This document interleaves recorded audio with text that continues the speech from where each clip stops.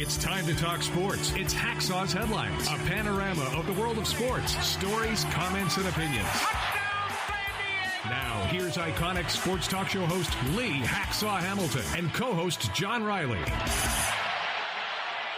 Who wants to talk sports on a Monday? We do. You do. From the DIXIELINE Lumber and Home Center studios in San Diego, coming off a great sports weekend, we welcome you to our Monday bonus podcast. Good afternoon, everyone. This is Lee Hacksaw Hamilton, along with my co-host, the guy with the opinions from left field, John Riley, and we welcome you to Hacksaw's Headlines. Our podcast brought to you by DIXIELINE Lumber and Home Centers. Got projects, they've got materials, got ideas, they can be your best friend and consultant. Recommend you go to DIXIELINE.com to see all the things they have to offer. John Riley, welcome back to town. Wow, have we got a lot of topics to talk about. We're going to start with baseball. We're going to spill into the NFL. We got controversy in college basketball, all kinds of stuff in hockey. Yeah, there's a lot going on. A lot going on, Lee. And boy, I'm glad to be back. Was up at the sports book in Reno, up in Tahoe, working getting some money based on our knowledge here of Lee Hacksaw Hamilton. Insider trading. Yeah, that's exactly what it is. You're lucky you didn't get arrested.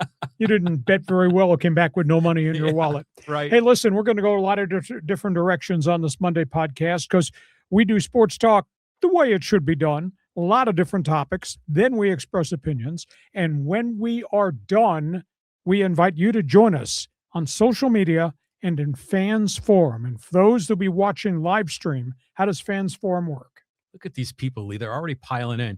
Casey, Sports Band, Flash Bainey. I mean, love seeing it. So you guys are great. So if you got a comment or question in the world of sports for Hacksaw right here, just drop your hot take in the live chat on YouTube, X, or Facebook, and we'll get you involved in Fans Forum. Just a couple of other reminders. I write about sports every day of the week. It's on my website. It's absolutely free. Go to leehacksawhamilton.com. You got to read my one man's opinion column at this hour that's posted on the website about all things Aztecs basketball. Also, want you to join Hacksaw's Insiders Group. Did you know John and I put out 2 sports newsletters a day? We email them to you. You can get access to the newsletters by joining the Insiders Group. Just fill out the big orange box right on the homepage.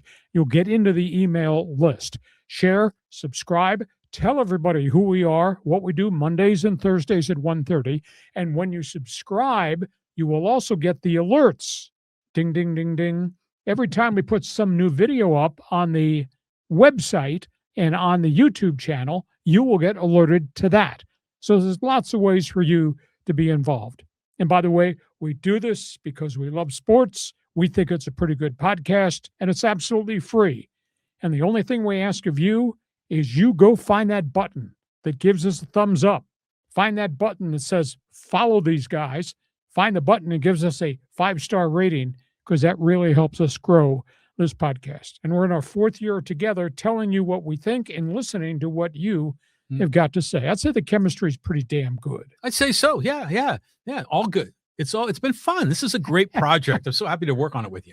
Not every day, but okay. Off and running. John, we're going a lot of different directions, and we are baseball centric because the Cactus League and the Grapefruit Circuit are into full swing, and baseball fans come to us for opinions. Yeah, they do. We get a ton of hits for baseball content. Let's talk Padres baseball. We got some questions here about the pitching. I mean, what do you think Ruben Diablo's got to deal with this season? Okay, let's just walk through. We knew who the starter at number 1 was, Nick Pivetta. We knew going to spring training, we'd cross our fingers and hope for the best for Mike King and for Joe Musgrove. So far, so good. King 1 start, 2 1/3 innings, 2 hits, 4 strikeouts. No negatives after that first start. That's good. Musgrove throws 3 innings, 36 pitches in a minor league game to get ready. He's going to make his first Cactus League start on Wednesday. Probably 1 inning, slow progression. They still got 3 weeks to get him close to being in the rotation. So I'd say as of this hour, so far so good, Michael King, Joe Musgrove. Big setback, Matt Waldron, pitched really well first start, goes down. Hemorrhoid surgery. This is going to take him 3 to 4 weeks, which effectively wipes out spring training. Now, the problem is he's out of options. He can't be sent to El Paso unless he's put on waivers, but I don't see anybody claiming him on waivers. The alternative is if he's not ready, you put him on the 15-day DL, then you can send him to El Paso on a 10-day rehab assignment to try to get him up and running. So far, so good. Not so good, Marco Gonzalez, the ex-Mariner, Pittsburgh Pirate, 2 outings, banged around, 3 innings, 2 runs, guys on base every inning, 5 hits allowed. Does not look like he's ready to pitch at the major league level. He probably goes to El Paso. Tristan McKenzie's second outing was better than first outing, but at the end of the day, still too many base runners allowed in his 2 appearances for the Padres. He probably winds up at El Paso. Walker Buehler, brought along very slowly. He throws against a team from Korea on the weekend on a backfield exhibition game, 3 innings, 2 runs in the first inning. After that, he's lights out, gives up a total of 5 hits. He was clocked at 92 miles an hour. Good first outing for Buehler. Now we have to see what the second outing is and whether he loses any velocity. German Marquez, 1 outing so far, 2 innings, 3 runs, 4 hits, kind of got knocked around the ballpark on Sunday. J.P. Sears, 4 innings pitched, 5 runs allowed. Don't think he's a player for this rotation at this point. So at the end of the day, with the myriad of new names that they brought in, Buehler seems to be ahead of everybody else, and I'm withholding judgment on Marquez only because he's only done it 1 time. We still got 3 weeks to go to see where this goes.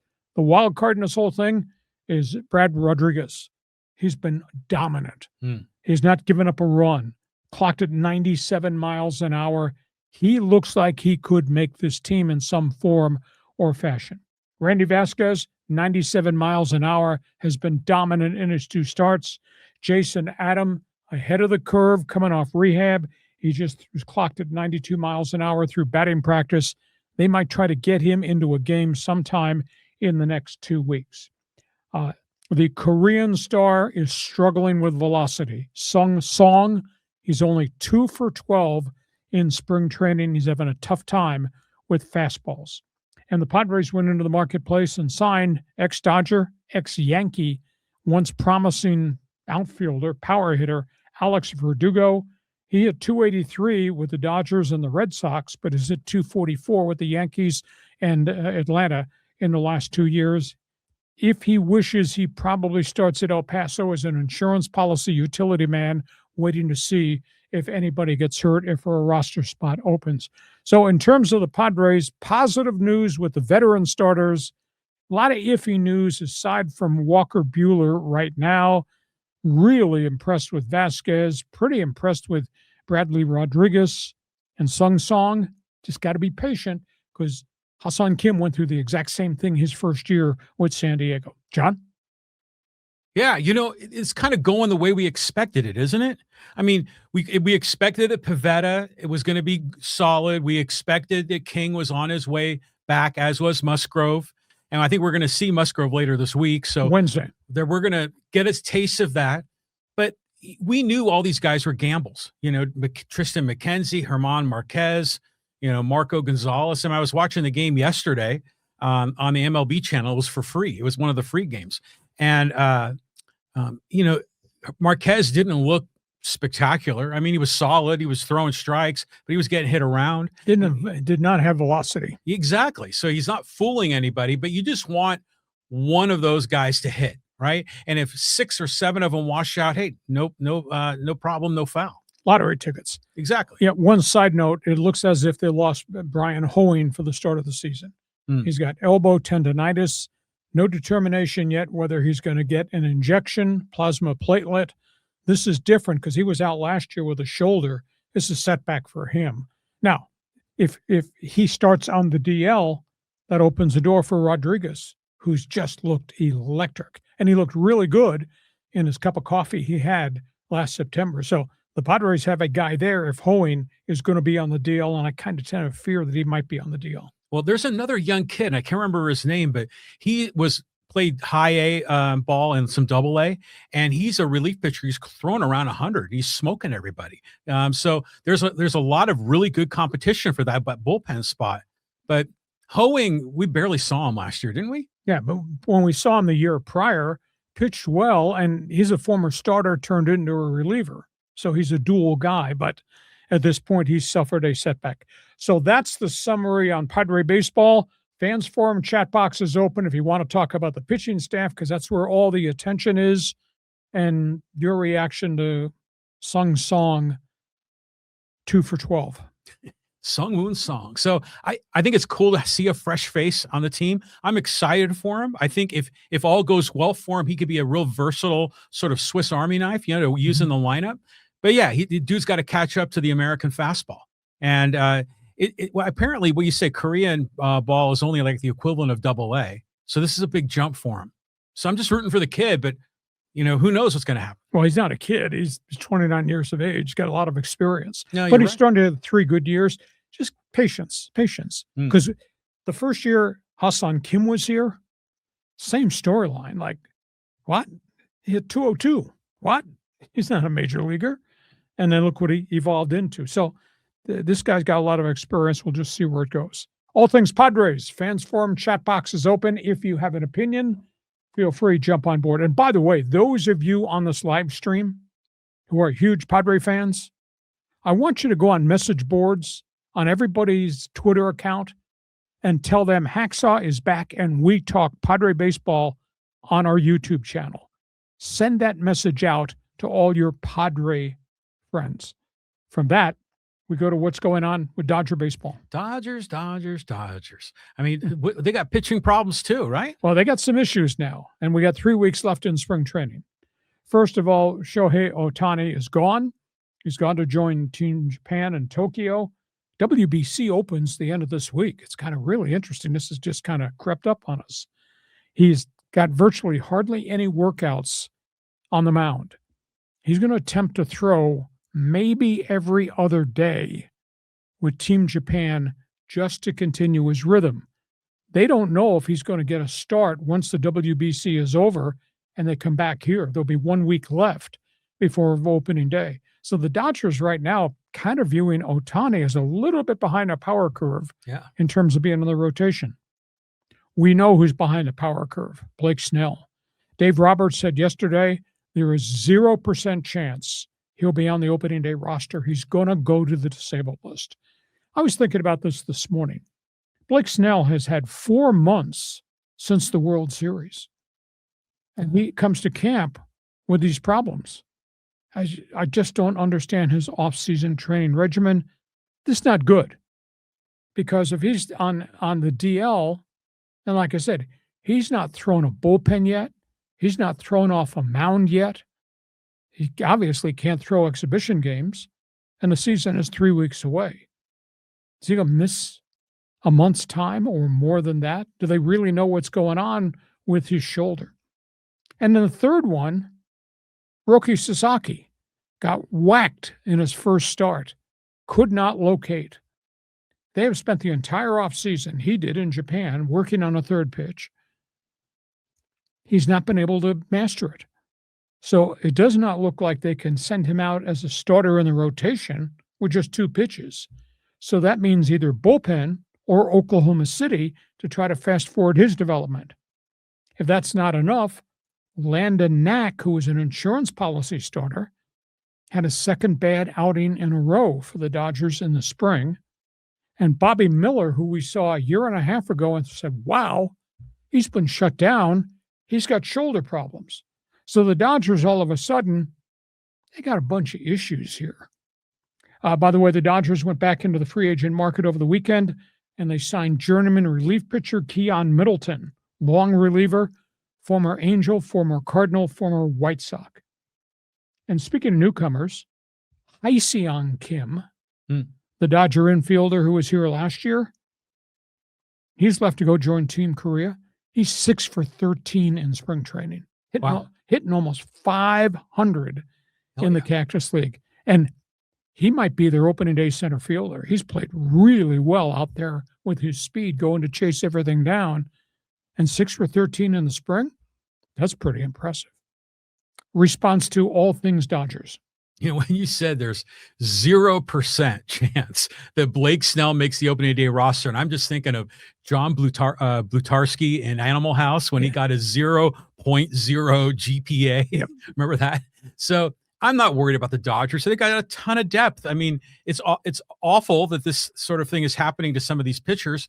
And frankly, I'm a little suspicious about this Blake Snell thing. I mean, you know, sure, he starts slow every year, but if the Dodgers were to sort of slow walk Blake Snell for the first couple of months, that just sort of fits their master plan just to be stacked rolling into September. So I don't know. I think they need to get a second medical opinion here, or maybe the Padres can send some kind of a medical spy to find out, because it's suspicious to me. The guy from left field calling the Dodgers liars. Is that what I just heard? I'm just saying it kind of works out for the Dodgers, like things always do, right? They're just going to pull from their depth. Hey, Blake, man, just chill. We don't need you till like August 1st. Okay. By the time we come back for Thursday's podcast, since you're all things computer driven, I just want you to do a survey. Just go back in your files, because you got the ability to do all this.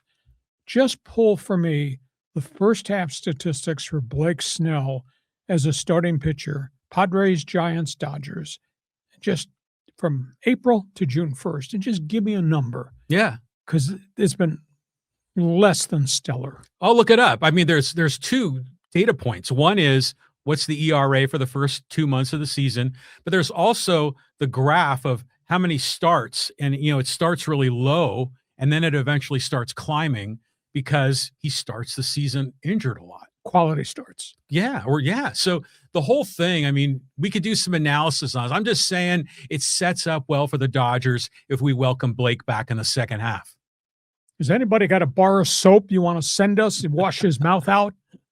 My guy from left field calling the Dodgers liars as it relates to Blake Snell. Mr. Sensationalist. Okay, so that's all things Dodger baseball. Feel free, jump on board wearing Dodger blue. Show us your colors. Tell us what you think.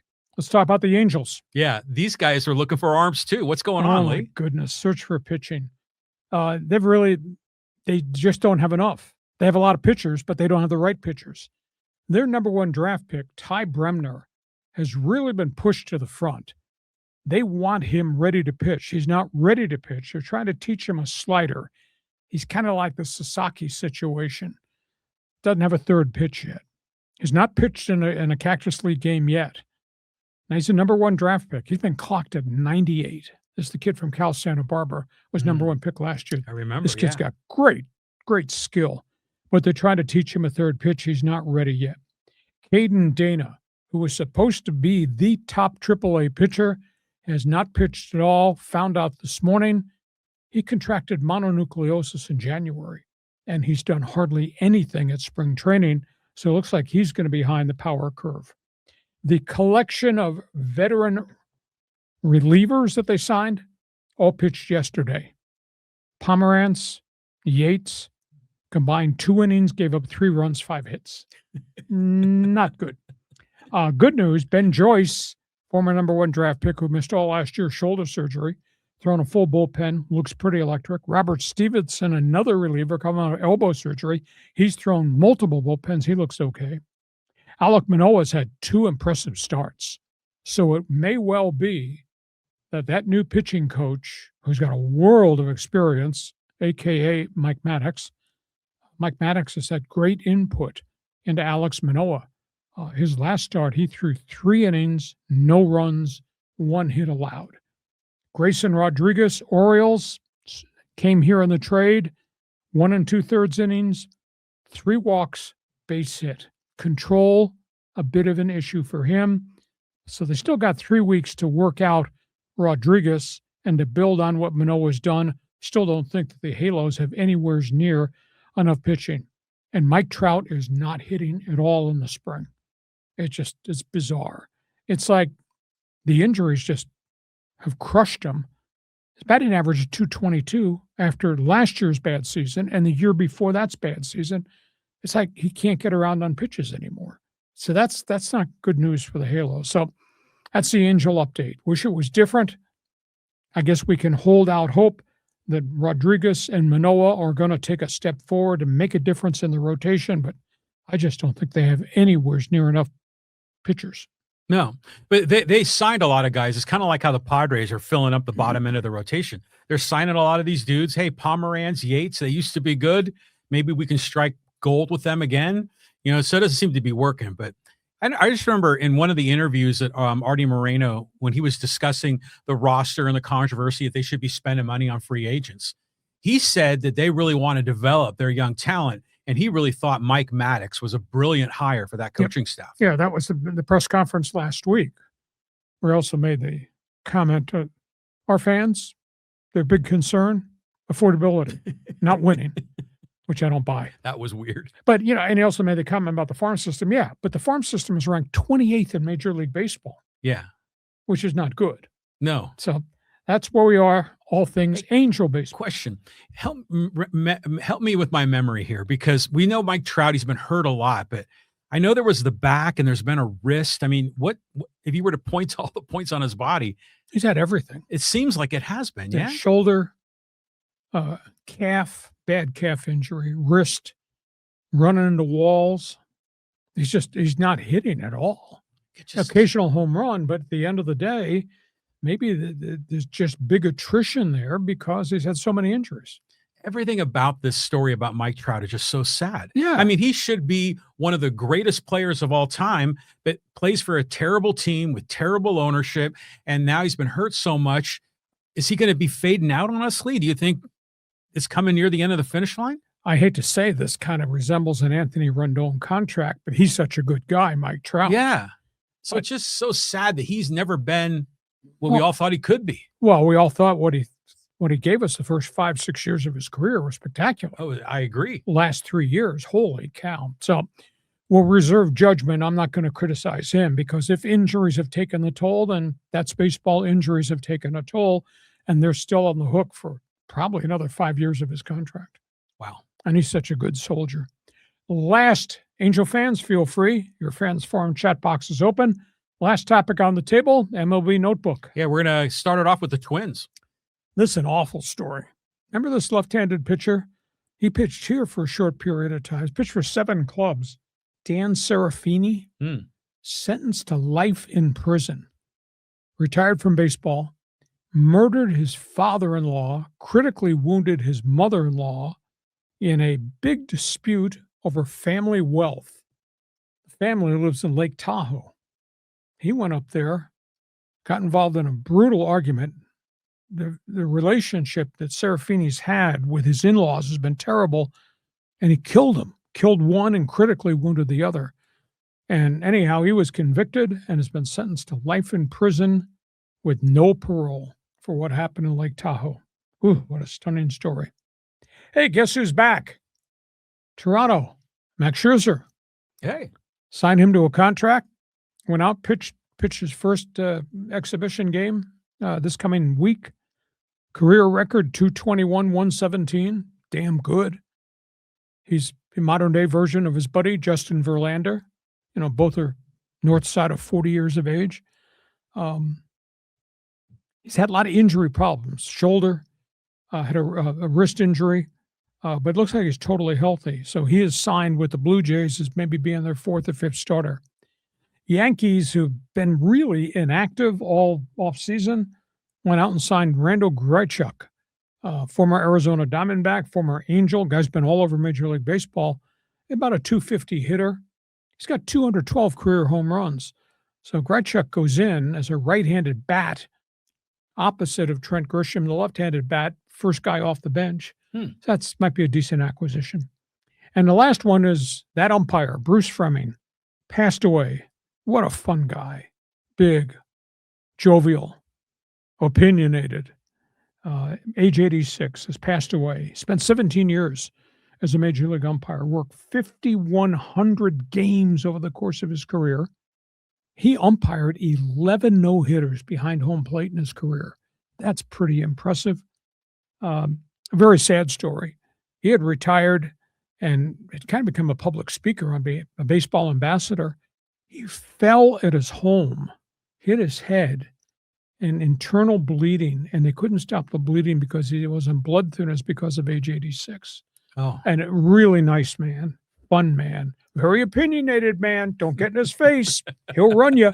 But he was really popular. So our thoughts are with Bruce Fleming. Major League umpires might wear a patch with BF on it this season. That's all things baseball. it's interesting storylines there.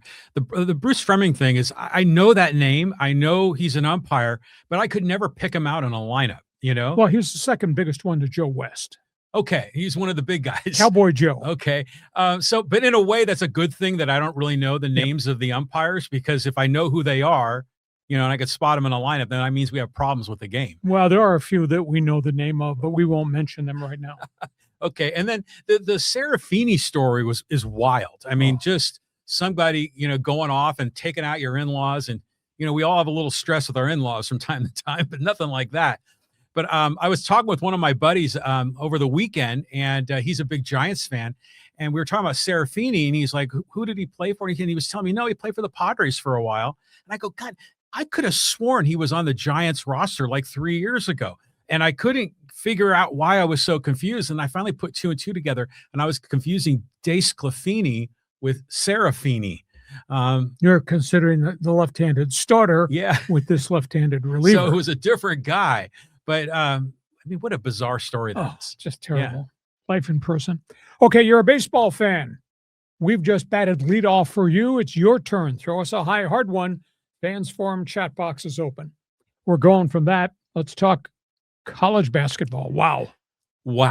That was a tough one for the San Diego State Aztecs, Lee. So how do you express the season? Great expectation, greater disappointment. That's where we are. Season's not over. I do understand that. But now we just need to stop talking about March Madness, Final Four, elite team in the West, all conference players, San Diego State against top teams on the schedule this year, 3-9.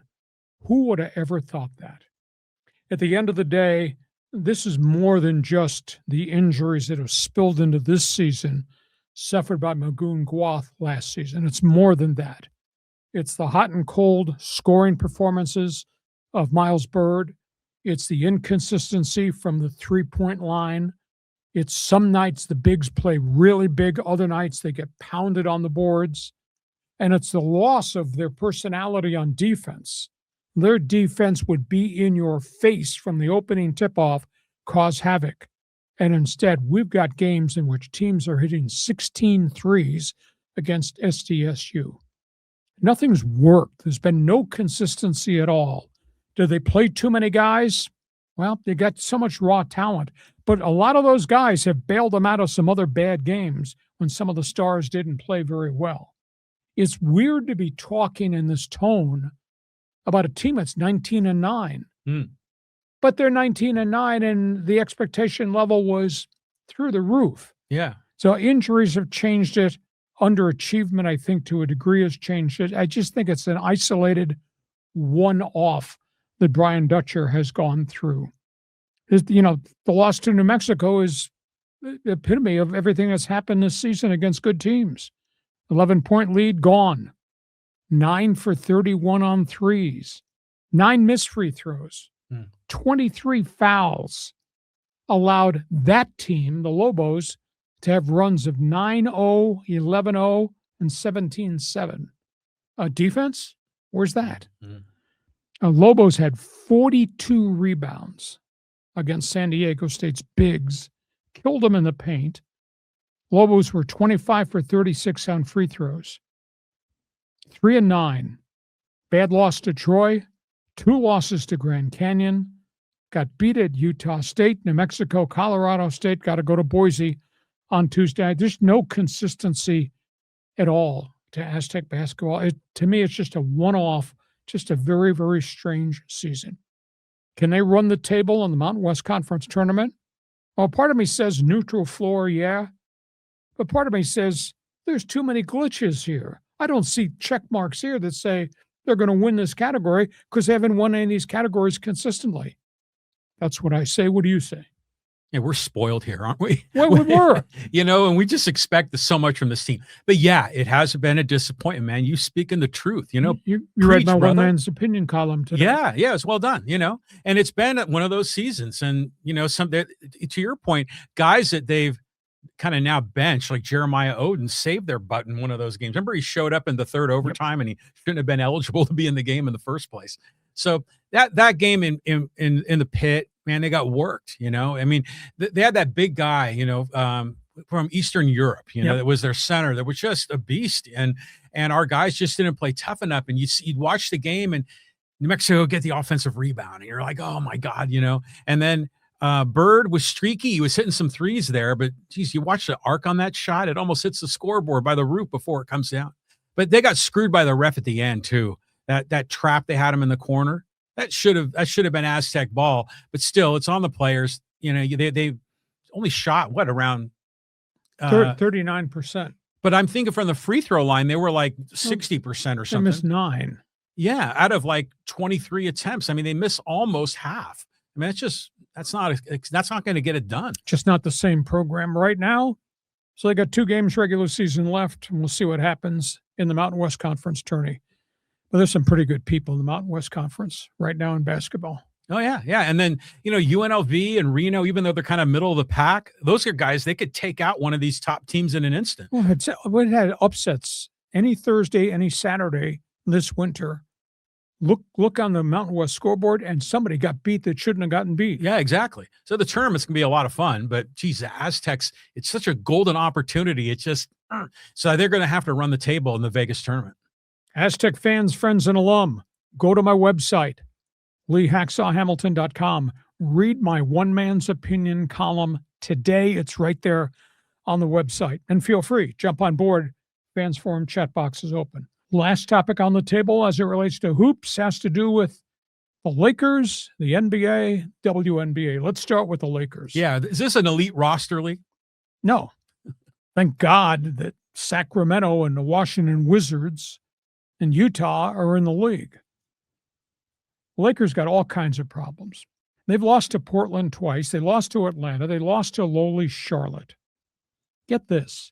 They've lost 9 times by plus 20 points this year. 9. With that star-studded roster, they've lost 16 double-digit games this season, 10 points or more. Yeah, I know their record's 36-24, but at the end of the day, when they played good people, they got their brains blown out. And there's all kinds of issues now with DeAndre Ayton. We thought this would be a rebirth, coming to play in a good situation, better than a situation in Phoenix, the one in Portland. He's come here and has shown no consistency at all.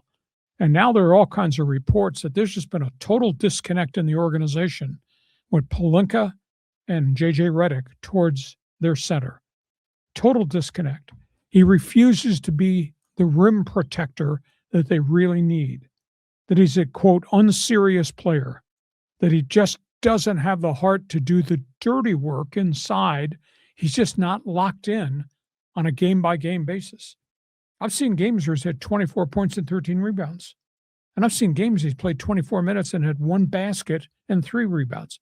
How is that humanly possible for an 8-year veteran in the league?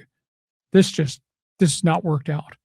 And yeah, they might be 36-24, and you'll be excited they're going to be in the play-in tournament, and it might probably be one and done. How could a team with all that talent be one and done?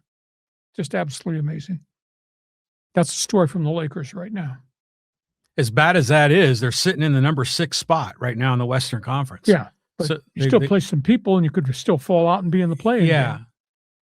DeAndre Ayton, man. I mean, we thought LeBron was going to get in his face. Big influence. And yeah, it doesn't seem to have worked. It's funny when we put together those commentary videos, a lot of times I look for little, like they're GIFs. They're like almost like little miniature videos. And I'm looking for video content on DeAndre Ayton. And there's more pictures and video of him goofing off and dancing than there is of him like playing ball as a tough man down low. Yeah. So it seems like he hasn't taken basketball seriously, for quite some time. But when I remember him at Arizona, I mean, he was just so dominating. He was ferocious. And that's why I don't understand how he's turned into this clown show. Yep. What's going on? It is really stunning. Laker line is open. Fans forum looking for Laker fans. How really good are they? I mean, Luka, LeBron, Austin Reeves. And you might be one and out, one and done in the playoffs because you're in the play-in, because your center refuses to be an 82-game guy. Geez, what a surprise story that is. One last surprise story in basketball before we get to halftime. Trouble spots in the NBA. Oh, my goodness. WNBA and the NBA have been meeting since the end of last season about a new collective bargaining agreement. A lot of give and take about how much money the players should get. You do remember the WNBA stars who wore the T-shirts that said, "Pay us what you owe us." We're the ones responsible for the success of this league. Wow, there's all kinds of issues going on in the NBA. NBA is advising the WNBA. WNBA has now set a March 10th deadline that if we don't have a CBA done,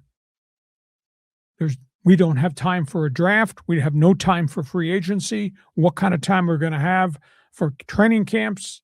Are we going to cancel the beginning of the season? Well, the union just came back yesterday and said the reason there's no deal done is you, the owners, sat there for 6 weeks, November into December, and never made us a counter proposal. 6 weeks of no conversation at all. And now all of a sudden they're squeezing the union saying, you better take what we offer. You better do it because I'm setting the March 10th deadline. You're going to shut this thing down, tell Caitlin Clark she can't play. It's absolutely ridiculous. So that's a significant story.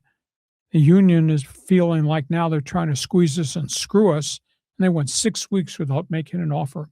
The other NBA story, this is kind of unique.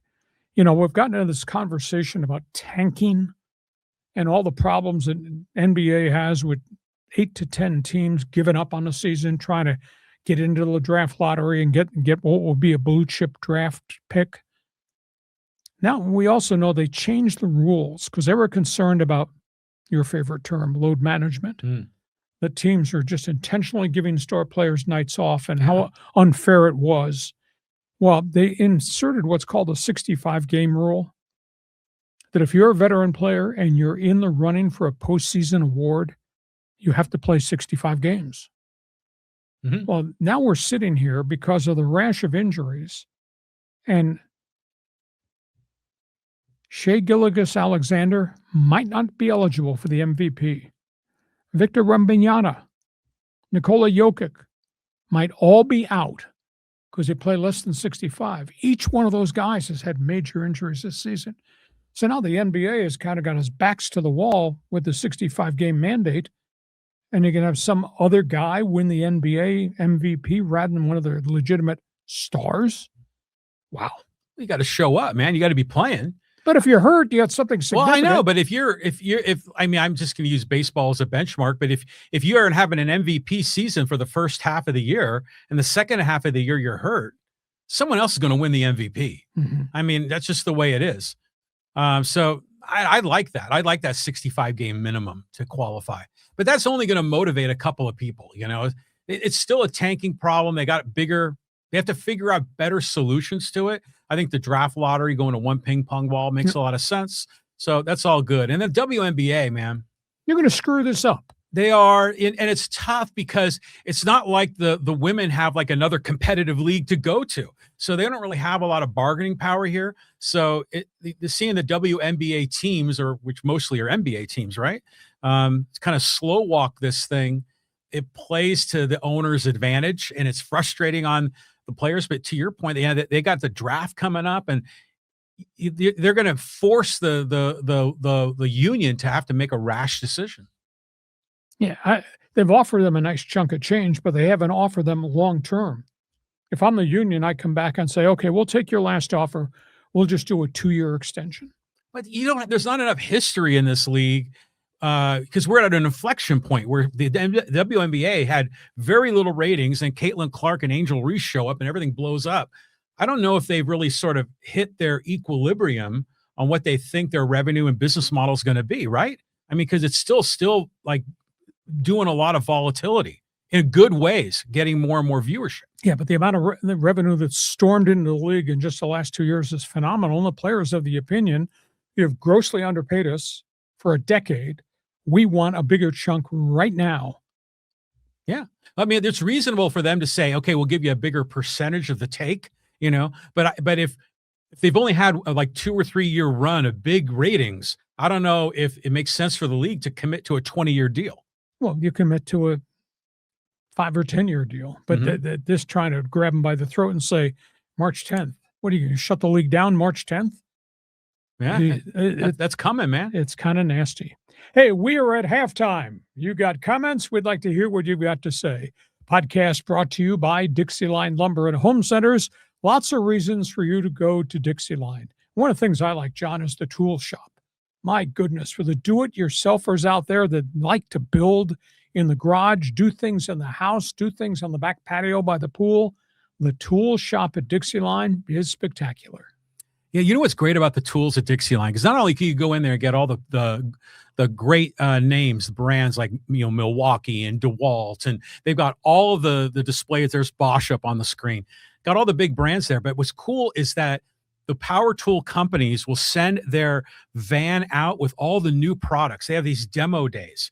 And so if you go on the website under events, you'll see that they have these special days where, the Milwaukee rep will show up and he's got all the coolest like cordless drills and circular saws, and they're doing demonstrations and they're giving away promos and deals on new products.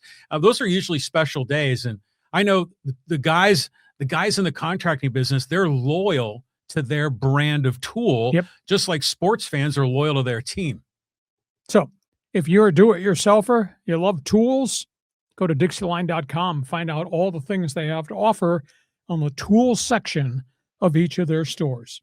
We are here at halftime. Our Monday bonus podcast is brought to you by DIXIELINE Lumber. You got projects, they got materials. You want ideas, they can be your consultant. Go to DIXIELINE.com to see all the things they have to offer. Just a couple of program notes. When we are done expressing our opinions, mine that count and his that are from left field, when we're done, you get the chance to join us on the live stream, Fans Forum, but also in social media.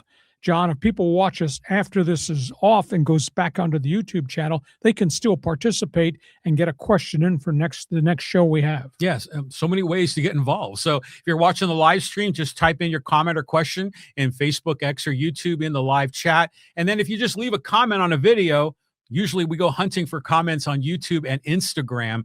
And if you got a hot take, something you really want to see in Fans Forum, note it.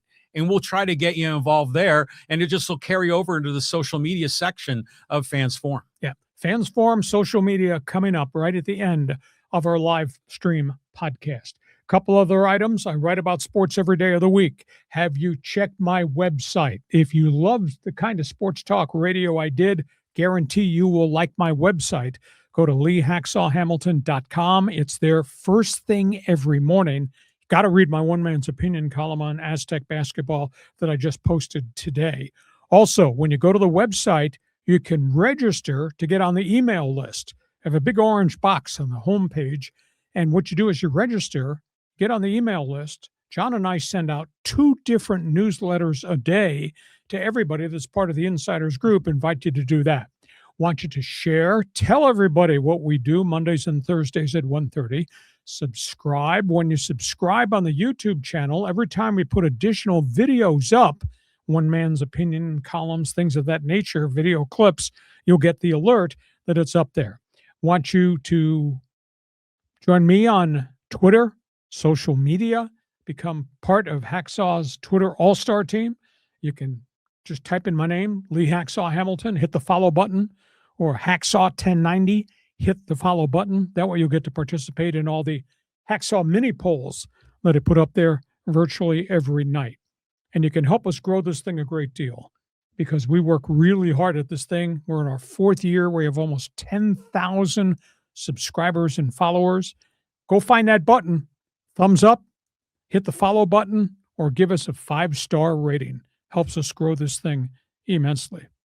Have I covered it all? You have. I got a new nickname for you. Go ahead. You're the Keith Richards of sports media, man. I mean, you just keep bringing it, man. You just keep on going. I love seeing this. Hey, we got a ton of more to talk about. We go to the second half, our Monday bonus podcast, because it wasn't just baseball or basketball that had the attention of the sports fans, especially this weekend. It was all things NFL. Wow. About to explode, Lee. Yeah, there's a lot going on. Let me run through this. These are the hot stories as of noon today on Monday. The Eagles are shopping 1,000-yard wide receiver A.J. Brown. Amazing. They want a 1 and they want a 2. Patriots are interested. The Tennessee Titans, whom he used to play for, are interested in bringing him back. This is a 4-time 1,000-yard wide receiver. I have a hard time fathoming the idea that they'd be a better team by getting rid of A.J. Brown, but he is a big distraction. Second one is New England. If they got access to A.J. Brown, you would say goodbye to Stephon Diggs. The off-the-field stuff that piles up with him is pretty significant. In addition, they want him to take a pay cut. He's supposed to get $28 million. That's his cap figure for the coming season. They're not going to do that. Third one is Indianapolis. They're parting ways with Anthony Richardson, the number 1 draft pick quarterback. Guess who wants him? Minnesota. Vikings have offered a 5th-round pick. Now, is that a fall from grace? Go from number 1, a first-round pick, to a 5th-round pick? But Minnesota might be the one that winds up getting for him. And the Raiders, who've been out front and center trying to deny that they're going to trade Max Crosby, are not denying the rumors that they're shopping quarterback Geno Smith. Now, he's got an $18 million cap figure this season. Raiders are going to go get another veteran quarterback if they can move Geno Smith. They're obviously not sold that he is the guy. And the trade window opened, and bingo, what happened this morning? The Detroit Lions traded their top running back, not their top running back 1A, David Montgomery. David Montgomery goes to the Houston Texans in a package deal. Houston gave up a 2, a 7, and a young offensive guard for David Montgomery. And the Texans have had a lot of injury problems, so that's a great acquisition for them. David Montgomery's 33 touchdowns last 3 years in Detroit, yet he couldn't get by Jahmyr Gibbs to get more playing time. He wanted to be the man. He will be the man going to the Houston Texans. And then there was a second trade right after they made the first trade with Detroit. Texans traded starting tackle Titus Howard. He goes to the Cleveland Browns for a 5th-round draft pick. Cleveland's got one of the worst offensive lines in the league, with apologies to the Chargers. So Titus Howard goes in as a big, wide body to play in Cleveland as they try to pick up the pieces there. Kansas City, they say goodbye. They dumped the right tackle, Jawan Taylor. That was a really bad contract. They signed him to a 4-year, $80 million deal. They're eating $20 million of it. Taylor is gone. Other tidbits, keep an eye on Dallas. Jerry Jones. Boy, did he have a lot to say at the NFL Combine. Jerry Jones, first of all, franchise tagged George Pickens. So that's $28 million. He had already franchise tagged last year CD Lamb. That's $24 million. Dak Prescott's contract is worth $60.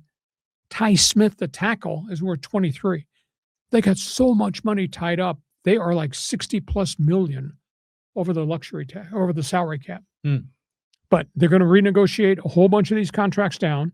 And then Jerry Jones says, we're going to dive into free agency. And Jerry Jones says, we're going to spend from the future to get us there.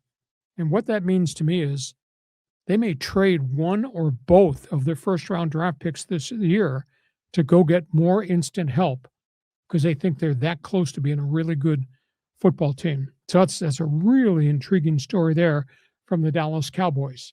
Miami, they're evidently going to eat the contract of Tua Tagovailoa. He's got a $99 million cap figure. They can't find anybody to take him in a trade.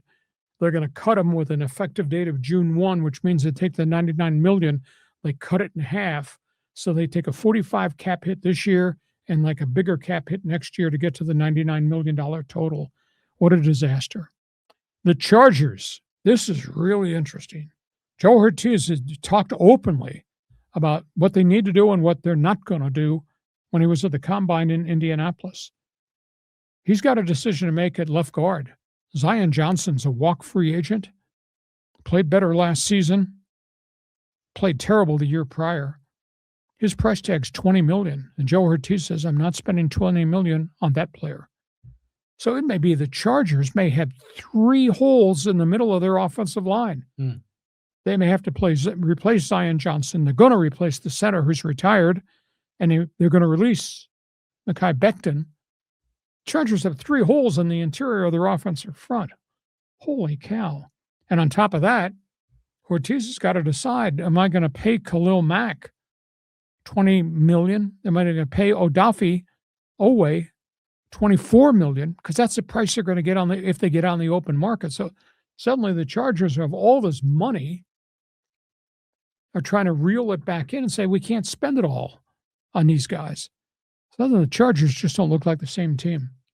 Rams, shake up. They're going to move on defensive backs. They're going to get guys out of there who didn't play well this past season. They have picks 13 and 29, and they have $43 million in cap space. Rams look like they're going to be really active in player acquisition, starting with what they're going to draft, and this is a really good defensive draft. And the last topic, this is awful. The New York Jets. Remember the quarterback Mark Sanchez, the one who got arrested, was working for Fox TV as a game day analyst, had a fight with a truck driver in an alley in Indianapolis before a game at the end of the season, got stabbed 3 times by the guy. Well, the blood test after Mark Sanchez was in the hospital showed that he had alcohol, marijuana, cocaine, and fentanyl in his system the night of the fight. How can you make those kind of decisions? Why would you make those kind of decisions? Why would you do that to your life and to your career and to your family? Holy cow. And by the way, he's being sued by the truck driver for the injuries he suffered. Sanchez was running up and down the alley doing wind sprints at 3 o'clock in the morning as his truck driver was trying to do his job, and that's where the confrontation took place. And he had all those substances in his system. Just absolutely stunning. You're talking about the Cowboys and all those big names, and yeah, I mean, it sounded like those 5 guys are like almost $150 million when you add them all up. Now they've moved the salary cap up above 300, right? So these teams are going to have more wiggle room. They'll have more budget space to sign guys. Right now you do, but then you push the salary cap number into next year at a higher figure. So maybe that's where Jerry Jones's comment, we're going to spend the future right now. So he's going to push more of these contracts into next year, which will be totally unmanageable cap numbers, but they're going to try to win this year. It sounds like politicians managing the U.S. debt. Oh, just kick the can down the road, baby. That's right. Let somebody else worry about it. Yeah, exactly. What do you think about this A.J. Brown story? It's a stunner that trades somebody that great. It's just another of these divas, man, that play wide receiver. What's the deal? I mean, A.J. Brown, to me, when I watch him play, I get more attitude with negative vibes than I do spectacular playmaking ability downfield. Yeah, so much crap. I mean, you know that he's a talent. We've seen him make plays, but overall, I don't blame the Eagles for turning the page, especially if they've got to resolve salary cap issues there. They probably do. Yep. Okay, last topic as it relates to football. Actually, what happened on the field at the Combine in Indy. Yeah, the Combine's been something. It's interesting to see these guys out on the field doing these exercises. All right, here's a burning question. For the first time all season, there are now question marks about that guy, Fernando Mendoza. There are question marks because how many games did he individually win for Indiana? Or did he just manage games because the byproduct was he had great people on both sides of the football winning the games for the Hoosiers? That's the question that's kind of swirled around the workouts in Indiana. He did throw 41 touchdown passes. He did destroy Ohio State. He won games they had to win in the playoffs.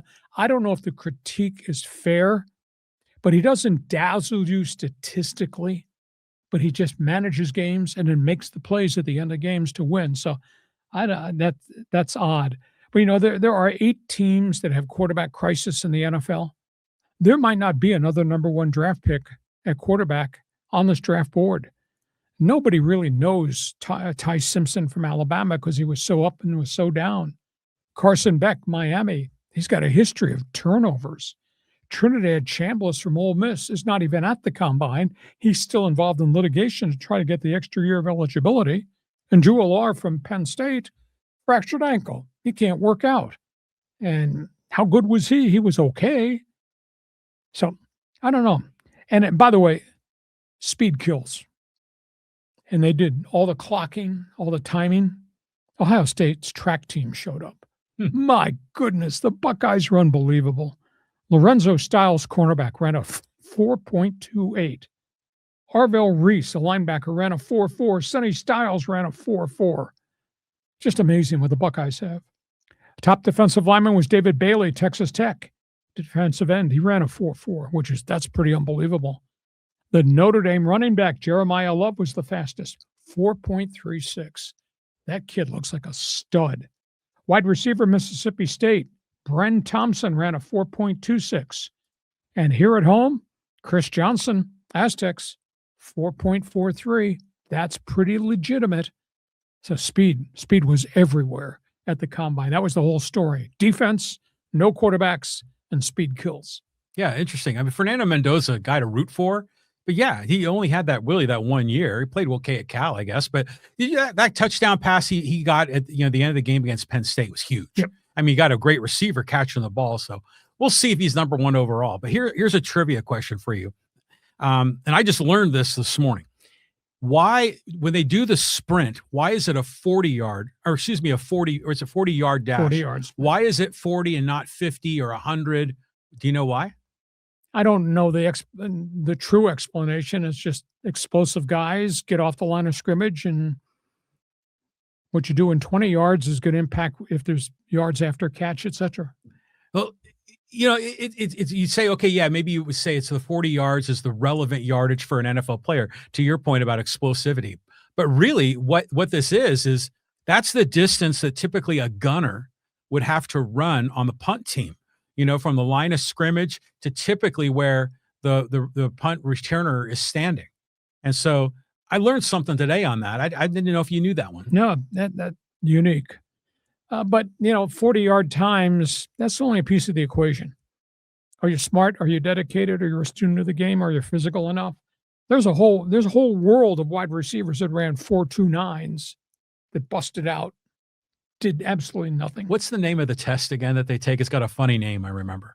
Oh, let me take my glasses off because I can't think with my glasses on.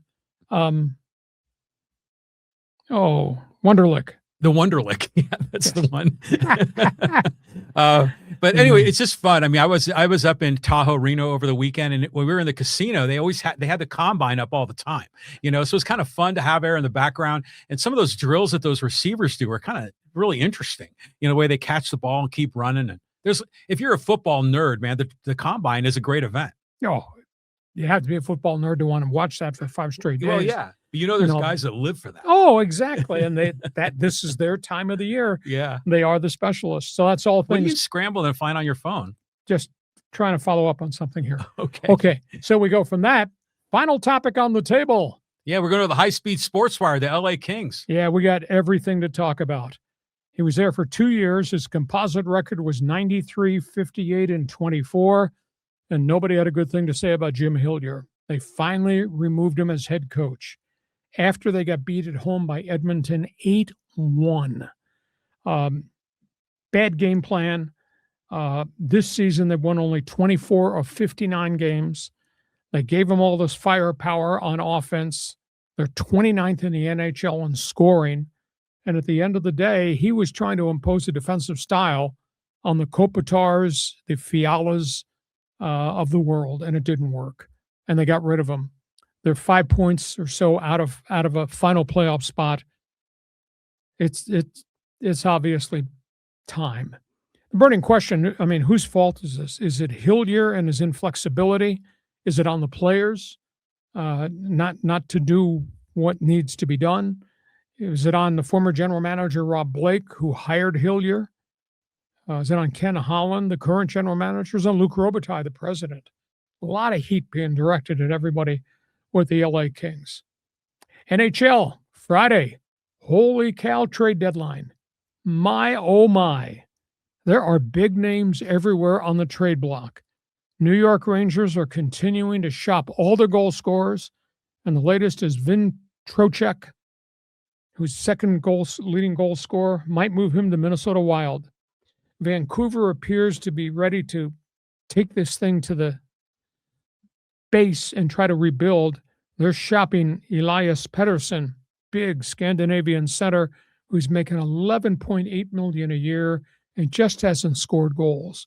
Hot rumor, Blackhawks, Red Wings might get Pettersson. Nashville is shopping Steven Stamkos, the record-setting goal scorer. Hot rumor, Dallas might take a look at him. Dallas is shopping one of their veteran guys who's about to be a free agent, Jason Robertson.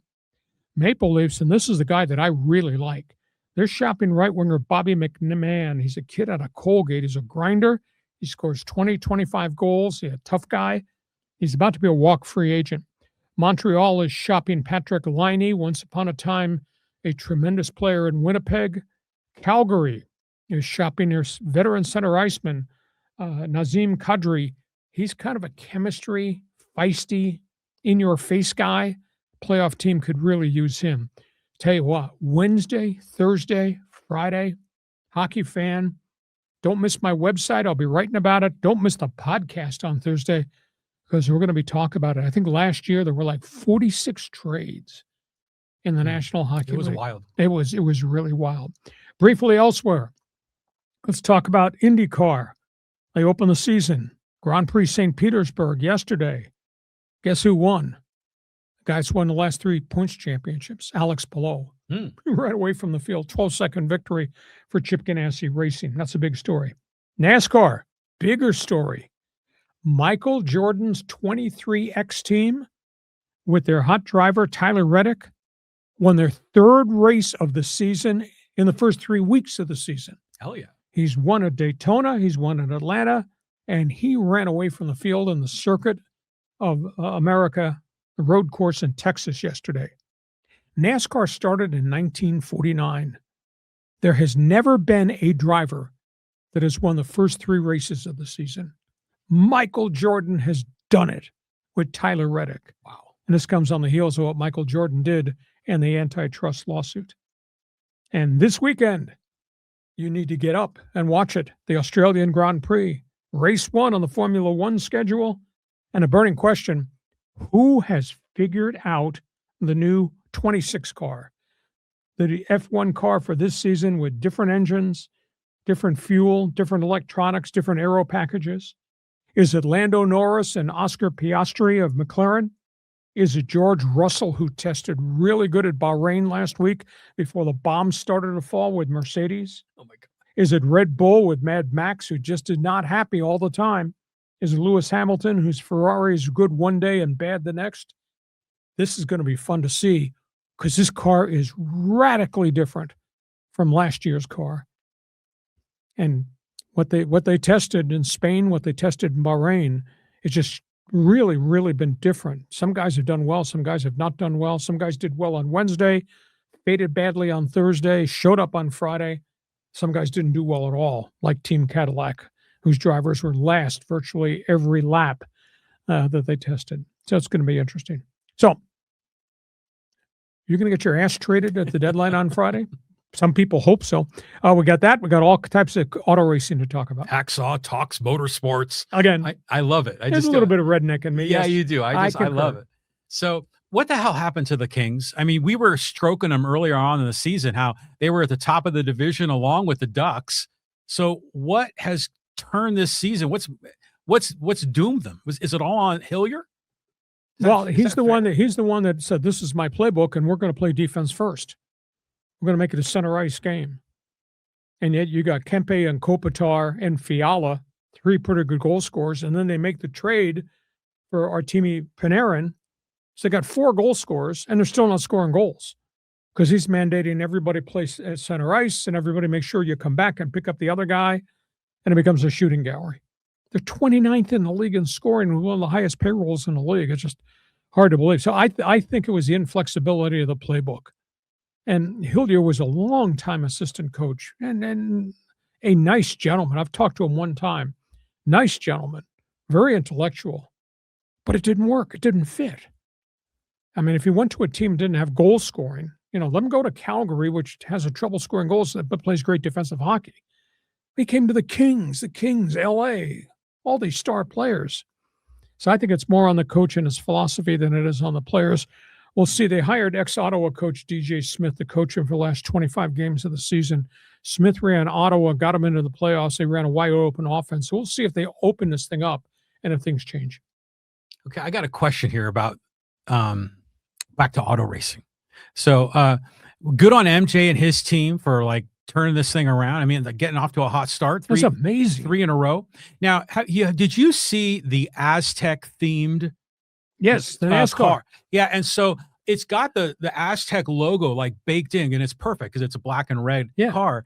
But I would assume that was just a promotional thing. But when they're running these first 3 laps or first 3 races of the year, no, they have their corporate sponsors would pay millions to be on that car. So I wonder when the NASCAR race comes to San Diego if there's going to be an Aztec logo on it. Probably, or it will be used to promote the race coming in.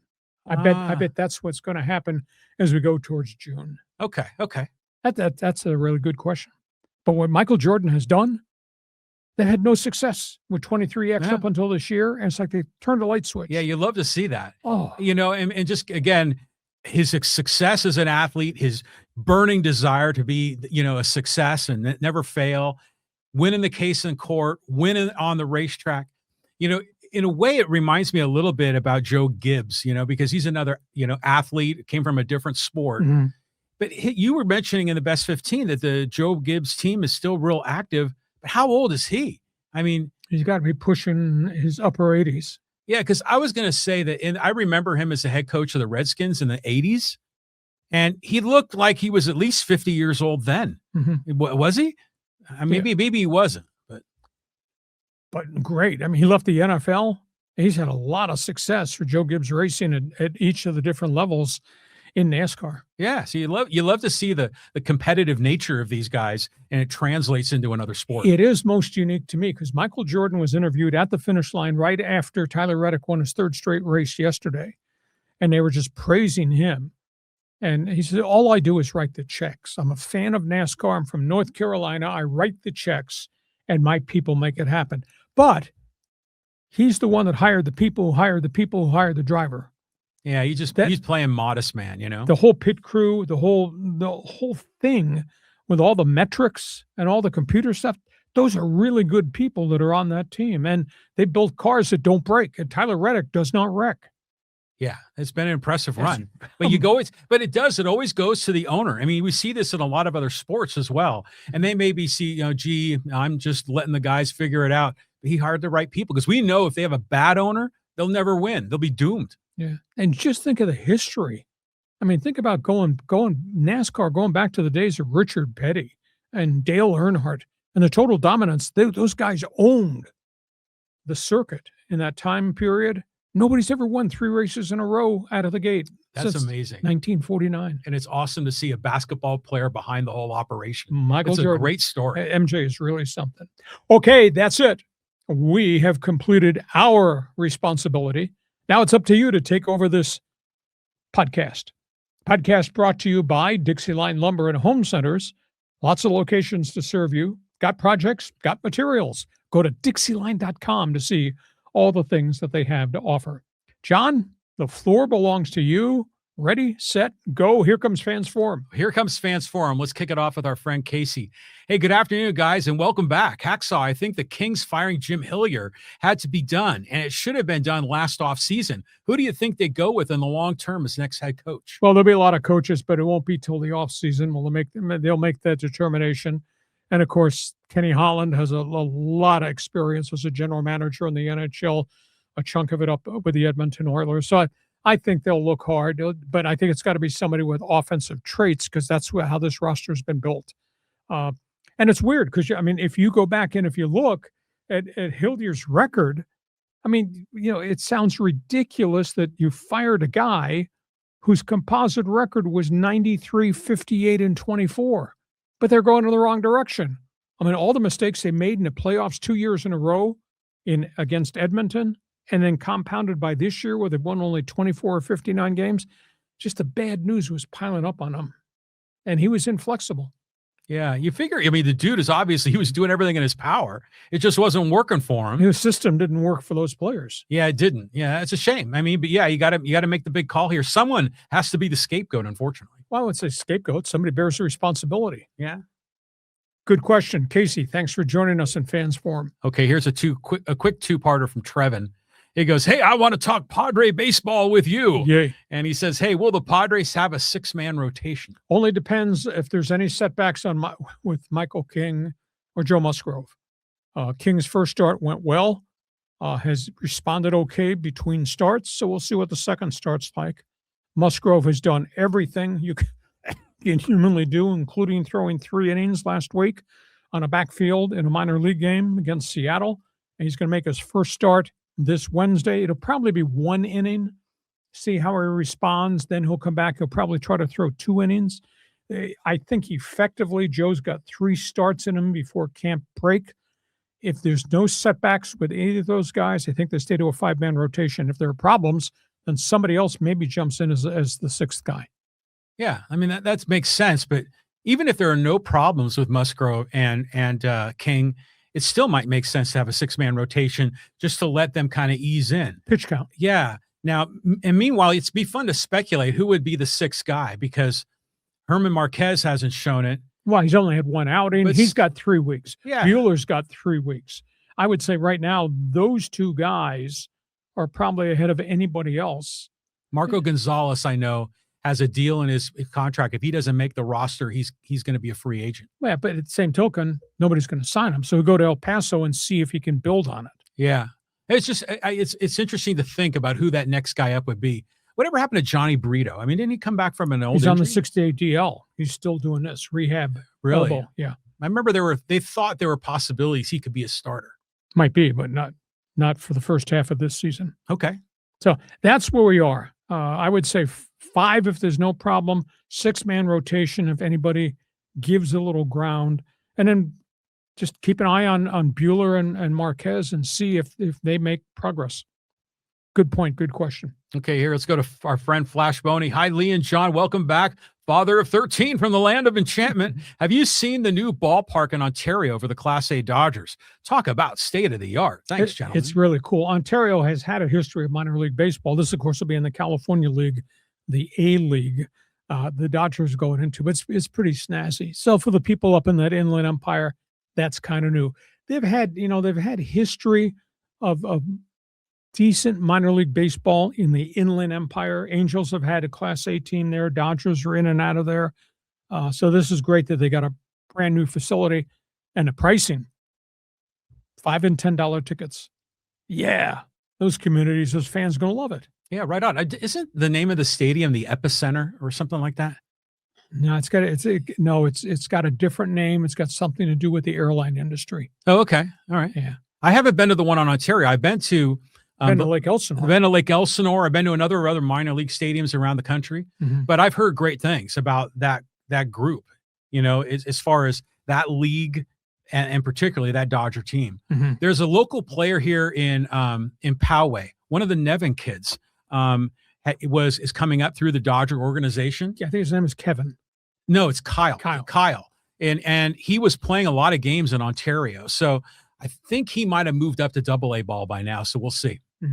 Okay, we move on. Okay, let's go down the list here. And this is an interesting one, I thought. This is from Sports Fan. And we're talking about the Ontario ball team. He says, for the Ontario Class A Dodgers, are they looking for a radio broadcaster? I thought if you and John could be their broadcasters. That's Ontario. That's not next door. It's not San Diego. It's really hard. You start talking about driving up there, but that's Class A ball. Most of those lower minor league teams, instead of being on a local radio station, they do it through the internet. They broadcast their games on a website, and it happens a lot of places. San Diego Gulls hockey doesn't have a radio station. They do it on their website. Well, they live stream it, right? Yes. So it's not just on their website, but it's on YouTube and Facebook, just like we do. but it'd be nice to be on the radio, you know, kind of the old school terrestrial radio. Sure. Yeah, but there's cost involved. That's the reason it's not being done now. You know, what we could do is, if we were going to be asked to be the radio announcers for the Ontario team, maybe we could do it like, you know, like the Angels, like the Angels, do exactly. It off the TV screen. Exactly. No. Okay, all right, let's keep on going. We'll go to Callan. Hey, afternoon, gents. Saw another great start so far for San Diego FC. I was worried the Lozano drama would be a distraction. So far, so good. Yeah, they're playing really well. Now, I don't know about the quality of the teams that came in here and ambushed. You know, beating Montreal, beating St. Louis, not giving up a goal. So at the end of the day, you know, we got a lot more games to play here. Let's just see where this whole situation goes. But I'm very impressed with just what Tyler Heaps has done in terms of the collective roster that they've first stockpiled the first year and what they've replaced going into year two. Injuries play a role in this. You could not lose Dreyer for any length of time.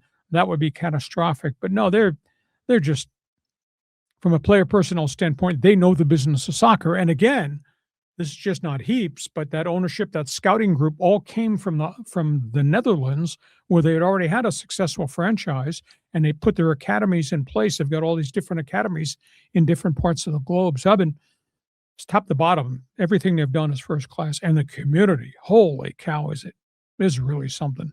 Yeah, I normally watch their games, but I missed the one over the weekend. But you love seeing it. Yeah. And the fans come out. It's a big event these days.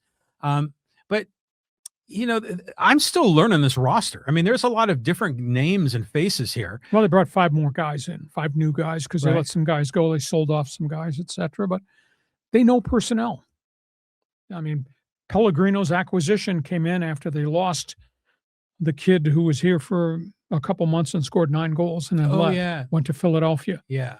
So they know how to go get this guy to replace that guy. Very, very impressed with Heaps, Veris, and the scouting people. Cool. All right, let's keep on going. Let's go to Carlos. Hey, Lee, Laker hater. The Lakers have won 6 NBA titles in the 2000s, more than any other teams. Wait a minute. Time out. Lakers have won 1 since 2010. Well, in Lakers the have had 7 losing seasons. Lakers have fired 6 head coaches. This is not the Lakers that you used to follow. Jeannie Buss is not Jerry Buss as an owner. Go ahead. Okay. All right, let me start over. Hey, Lee, Laker hater. The Lakers have won 6 NBA titles in the 2000s, more than any other team. Spurs and Warriors 4 each. You keep harping on their futility, but they haven't been at full strength because of injuries. Everybody's got injuries, but some of the guys they got are not playing complete basketball. Their draft picks have been abysmal. Their bench is non-existent. And the guy that was supposed to be the difference maker is not the difference maker in DeAndre Ayton. So she's not the same franchise. And I don't know how they're going to fix it if you keep doing the same thing. Nothing gets solved. I mean, you're excited they're going to be a play-in team? This is the Lakers. The Lakers with 18 banners above the ceiling. You're excited they're going to be one and done? Oh, please. 6 doesn't seem right. I thought the answer was because didn't Kobe and Shaq win 3? And then later on, like around, in the later 2000s, I think Kobe won 1 additional championship without Shaq. Didn't the last one they won was a COVID year, I believe. And then the COVID year. Yeah. So to me, I've got 3, 4, I got 5 in this century. I don't have 6. So I must not be thinking, I must be missing one. I went back and checked. They've got 1 championship since 2010. That was my destination point. They're like the Raiders of the NBA, right? No, just living on their old glory. That's not incompetence. Okay. Thank you. All right, let's keep on going here, and let's go to Chris.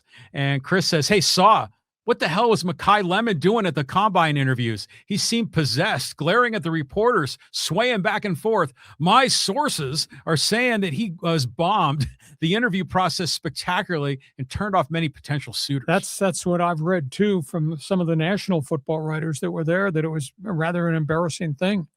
And that's a great talent that acted like an ass. Watch his name tumble down the board. Now, he did not have a history of off-field problems at Southern Cal. He was a really productive player. But why would you go to the combine and act like that? Who's your agent? You're there supposed to sell yourself, not be arrogant. It was bizarre.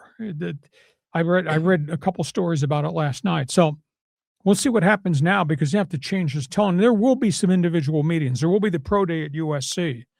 He better approach it very differently than he approached what happened in Indy, because there was no call for it. Yeah, that's a weird story. Yeah, the whole thing. Now, by the way, just another weird story. I just learned this, that it was a tweet from what's the guy's name? He was the quarterback for the Rams, number 13, Kurt Warner. And he was tweeting about how he was never invited to the combine, and it always irked him, and he eventually had to prove himself, like in the Arena League, and, kind of really work himself up and he became an MVP and a Hall of Famer. But it's interesting how he said during that year, that his time frame, they said, no, the Power 5 conferences, those bigger schools are going to get all the invites. Well, they did. He was at 1AA Northern Iowa. I think he had one good season. He had gone from, working at a carry-out convenience store to go to a junior college, and he wound up in Northern Iowa and had one great year. And he bounced around. When he started in the NFL, he was just a guy. He was on somebody's taxi squad. I think he might have started in Green Bay. Just no success at all. And then he grew. And I mean, that's a great story of success and drive and intelligence, et cetera. So he had a great, great career. But again, Tom Brady, the legend, 199th player, taken 6th round draft pick. It's not a perfect science. No, it's not. But just wild. I mean, you just get these crazy stories coming out of the combine. Okay, next one. And okay, we'll go to Joey. Hey, Dodgers 3-peat coming. Also, I like your video on Mendoza, the first pick for the Raiders. Is he Matty Ice or maybe Jared Goff? Well, the problem is that they've got to fix that entire offensive front more than anything else. That's critical. And it'll be interesting to see how they spend their picks. Now, they do have 11 draft picks. They also have, I think, the second most cap space in all the NFL. I think it's $103 million right now, because they've redone some contracts. So it'll be interesting to see how many young guys they get, and they got to hit on them. They can't bring them in and have them fail. But I was kind of surprised at some of the statements that kind of filtered out over the weekend that, oh, well, Mendoza is popular, but Mendoza didn't win all those games at Indiana. They were won by his offensive line and his running game and the hellacious defense. I thought to myself, that's the first time I've ever heard of that. And you think about Mendoza manages games really well, doesn't screw up, but he has won big games against really good teams at crunch time when he had to. So is he going to throw for 4,000 yards? No, I don't think that's in his DNA, but well, I mean, you're saying surrounded by the talent, that he's got there. The talent were all 2-star, 3-star guys. But they developed into a system. They did. And so, again, speaking as a Raider fan, it just everything lines up, man. Just trade back. If he's like the obvious number one pick and now there are question marks on him, I mean, who becomes the consensus star number one pick? Oh, any of those guys on defense, that entire Ohio State defense. They might get 4 guys go in the top 10.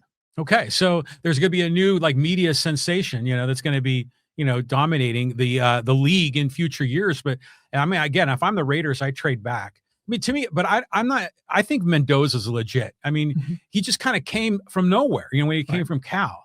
I saw enough on the field that he's going to be successful in the NFL. He doesn't look like the Adonis. He's not Dan Marino throwing for 4,500, right? Some kind of a gun for an arm, but that doesn't do anything for you. I mean, we saw what happened to Ryan Leaf. Yep. We got 2 months, pal. We'll be talking dissecting this for a long time. Thanks for being with us. Okay, and here's a little bit of a controversy. I'm going to post 2 posts here. The first one's short. From Lowry. He goes, hey, not a fan of women's sports. Sorry. And then Nathan said, you're crazy. The USA women hockey team is extremely skilled, and the women's golfers on tour and the Olympics would embarrass you on a golf course. Well, just because he doesn't like women's golf or women's hockey, he's in a minority. Stand over in the corner by yourself. My God. But the WNBA has become, and there's so many great athletes. The game is so dynamic. Now, USA hockey is phenomenal, but college hockey has not reached that level where there's a ton of great players and there's a ton of schools playing great women's hockey. That's in the future. That's still to come. But no, No, great, great athletes that we saw. Yeah. I mean, just that move and the game-winning goal, for the gold for the women. Yeah, That was like a dance move to get around that defender and get that puck in. I personally, for me, I mean, I'm not WNBA. I enjoy watching it, and I like all the personalities, I think, which makes it fun. You got heroes and villains and that sort of thing. And the families, young children are really embracing it. I think it's all great, but it's not like I can't wait for the next big WNBA game, No, but when it is a marquee game, that is Angel Reese yelling at Caitlin Clark. Yeah. It's an event. It is an event, so, but as far as the golfers here go, it was interesting because, again, I was up in Reno and Tahoe, and we always had the sports on in the background while we were gambling. And there was a women's golf tournament. And you know it instantly when you see it because they're allowed to wear shorts out on the course. Mm-hmm. And it's interesting, though, how Asian professionals have really come to dominate the LPGA. Oh, it's overwhelmed them. There are so many great players from Japan and Korea. And the LPGA, which was driven by the greatness of so many U.S. women for decades, kind of lost its momentum because there were so many great Japanese and Korean players who came who didn't speak the language. And it was a really big issue was, how do you market your sport with all these stars who don't live here and don't speak the language? It was really a problem. And I want to say the LPGA, as good as it's been, has lost a little bit of its oomph just because they don't know how to market it. Well, baseball has already figured this out for Shohei Ohtani. I mean, so I think that's cool how sports are becoming more global. And so, yeah, if these stars are from Korea and from Japan, even if they can't speak great English, they can still be a face, they call it name, image, and likeness. Yes. So they can still be in ads. I just think, to your point about marketing, in a lot of these sports, you almost need not just a superstar dominant player, but you need the personality, you need the backstory, and we see that in the WNBA, but I don't really know who the personalities are on LPGA. There are none that are U.S. based, and that's a problem. When I worked in Phoenix and I first came to San Diego, LPGA was probably at its zenith. Now, that was the era of Nancy Lopez. Oh, yeah. And then I had a lot of fun covering because they had a tournament in Phoenix. They had one here in San Diego. It used to be played right here in Rancho Bernardo Poway at Stone Ridge. Oh, yeah. And Pat Bradley and Patty Sheehan were two of the great faces on the tour, and voices and personalities. But then all of that changed. There's so many great Pacific Rim players now that are there. So it's just a different time, and I think they've lost their momentum here in the States. I want to talk ladies golf with you. And I did a lot. I interviewed all of them. Yeah, the thing I always remember about Nancy Lopez is that she was married to, what's his name, Ray Knight? Ray Knight, the baseball player. Yeah. And you're right. That was a time when we knew some of the names in LPGA. To me right now, it's a little bit of a blur. Yep, it is. Okay, we move on. Thank you. Okay, we move on. And this is an interesting comment here. This is from Batfan. Hacksaw, in terms of talent, while in college, rank the Mannings, Arch, Peyton, and Eli. Well, Arch is work in progress. Arch has done it for one season. He might well be the number one pick in the draft next year. Next year's draft is going to be loaded with quarterbacks. Peyton was phenomenal at Tennessee, who became an icon in the NFL. Eli, that was so far back. It was just a different game. And then Eli was saddled with the fact that he came out of Ole Miss and had to play for the New Orleans Saints, who was a miserable franchise. So if I'm ranking them, Peyton was the better college quarterback. Peyton, obviously, the better NFL quarterback. Eli Manning, solid. Now, if you're talking about Arch Manning, the young kid at Texas, his future's ahead of him. Arch Manning, the old guy, was a good quarterback, but he's not equal to Peyton. And, there's a huge freaking debate. Does Eli really belong in the Hall of Fame? My left hand says, well, he did win 2 Super Bowls for Tom Coughlin. My right hand says he didn't have dominant statistics, and he threw a truckload of interceptions in addition to touchdowns. So there's a big debate about Eli. So to me, Peyton more than anybody else, the star. Yeah. It's interesting because from San Diego's perspective, two of these guys played a very interesting part in Charger history because, you know, Peyton Manning and Ryan Leaf, the big debate, who's number one, and then Phillip Rivers and Eli Manning, and I don't want to play in San Diego, you know, from Archie, you know, telling him where his kid's going to go is reminding me of the old John Elway story. Right. So it's interesting to see how these stack rank, but the old man, Archie, was he an LSU quarterback or was he an Ole Miss guy? I think he was an Ole Miss guy. So that's probably why Eli went to Ole Miss. Yes. Interesting. And then Peyton broke everybody's heart when he went across the state line. He wound up in Knoxville. Yeah. Yeah. But I just remember that year coming out, people were saying, yeah, Manning's got the brains. And then, you know, Ryan Leaf's got the gun for an arm. Who's the guy that you want? And there was a lot of debate. And a lot of people thought that maybe Ryan Leaf should have been number one. Boy, I'd talk about a 1 and a 2 going in opposite directions. Yeah. Well, Peyton had every ingredient you want, and Ryan Leaf missed a lot of things on the checklist, and then had all the personal junk off the field with substance abuse. So, yeah, wasted career. Ryan Leaf has saved his life. He's found sobriety, which is good, and he's kind of a media guy now, and so be it. Okay. All right, we move on. Okay, let's go to our friend Music to My Ears, and thank you for the donation. Hey, will the MLB have the pitch challenge they do in spring training? They started that last spring. Your thoughts on that? You're talking about ABS. Yeah, I think that's what it must mean. Right now, yeah. I was wondering. Automated balls and strikes, the RoboUmp. Yeah, it's in place right now. Boy, there's a lot of home plate umpires that look bad. Yeah. It was a game last week. I think it was Boston-Pittsburgh. There were 5 calls overturned in the first inning. Yeah. By the umpire. Love to see it. Paul Skeens, he had 4 strikes overturned, and his catcher turned to the umpire and said, "This guy's stuff is so wicked. It's a strike, and then it jumps out. How can the ABS is not being fair to this pitcher? This kid's stuff is so dynamic." So, but no, ABS will be there at the start of opening day. Now, again, you only get 2 challenges, and it's either the pitcher, the catcher, or the batter that can do this. The other thing is, if we do go to extra innings, there will be an additional ABS challenge in the 10th inning of every game. See, team. I think this is great. You know, and I know to your point, I saw listening to the Padre game, they were doing I remember Campusano was catching, and he was challenging in the first inning. You know, they aren't saving that for their 8th or 9th they're just inning. doing it now, and okay, but I grant you, once we get to opening day, pal, they're going to save it for if the bases loaded. Is it the 8th inning, 9th inning, the most important time in the game? They're not doing it in the first inning.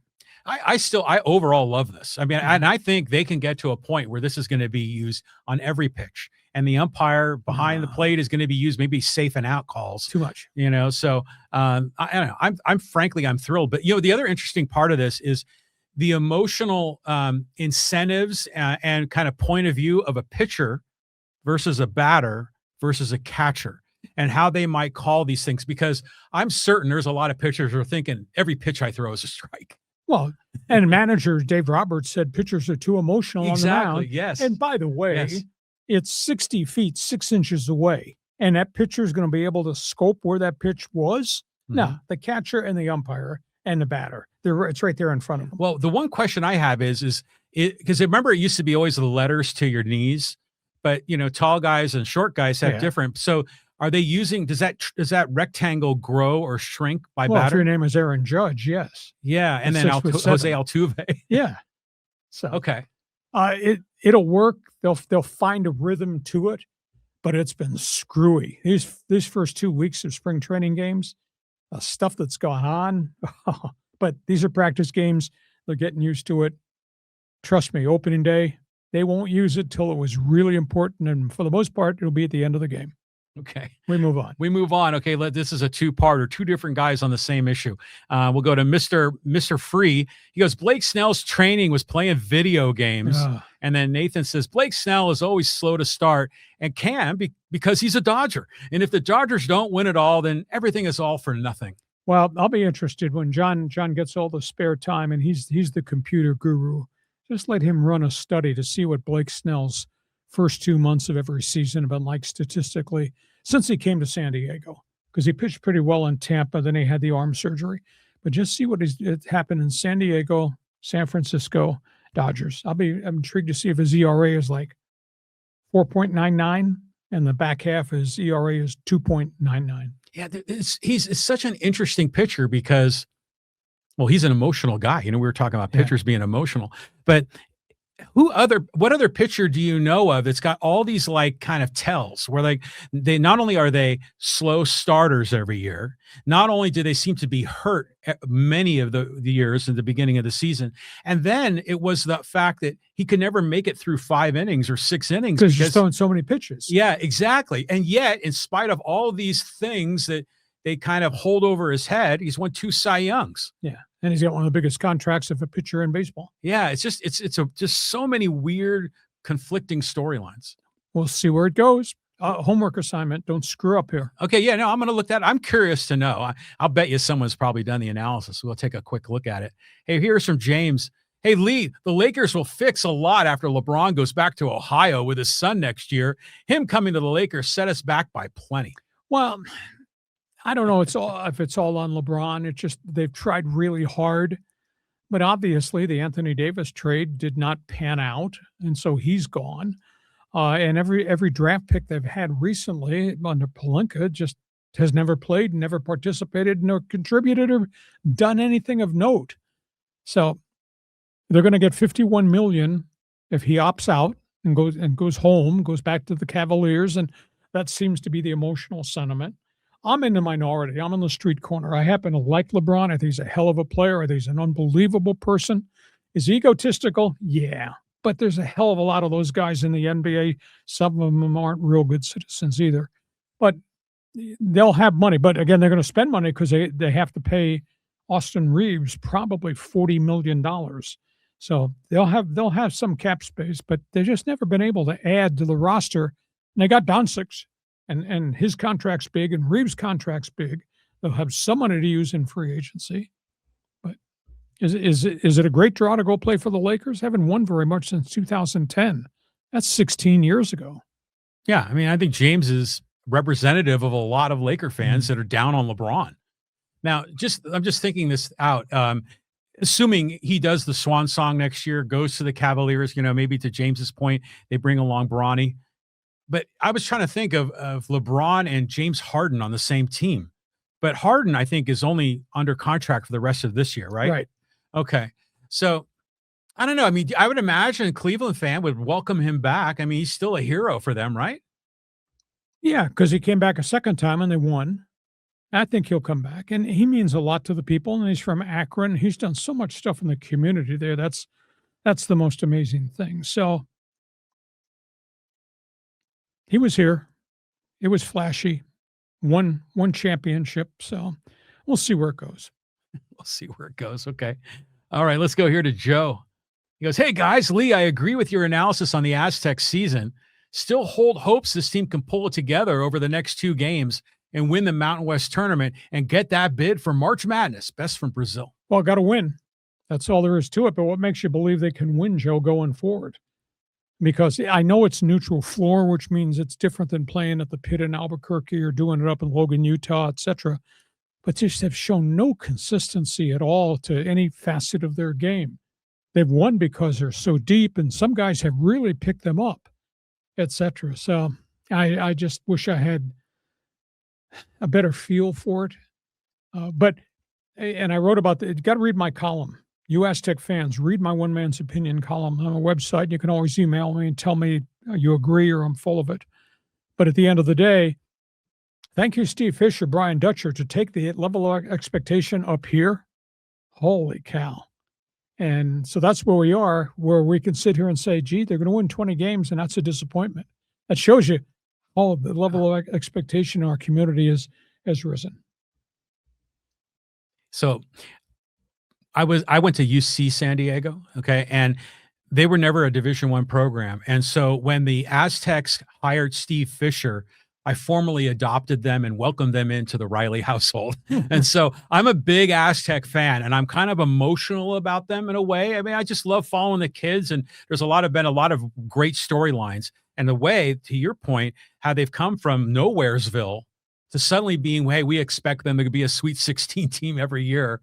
This has been a weird season. And Miles Bird, he's great. Then like he disappears. Reese Dixon Waters, same thing. BJ Davis will hit the spectacular shot, but then miss the front end of a one-on-one, or something dumb will happen. And then Pharaoh Compton shows flashes, but he's still young. So a lot of these guys, to your point, they haven't been consistent. And then Magoon was hurt, and he was back. And then he was kind of hurt again. With the hip. So it's just like all these stops and starts. But I think the fact that they have reduced the minutes, Odin plays not at all. The other point guard, the one that came from Louisiana Tech, he is only playing about halftime now. Mm-hmm. That seems like the rotation is better, but that was a winnable game in the pit. It really was, There were a bunch of them that were winnable. Yeah, so they're at a point now where, okay, hopefully they can kind of lick their wounds. They've lost 3 of 4, but they have to just run the table in that Mountain West tournament, and that's a gauntlet. 3-9 against the really good teams on the schedule. That's not much for your resume. No, it's not, And we've seen years just like this where they were really good, but they disappointed. And then sometimes they'll pull magic, in the tournament.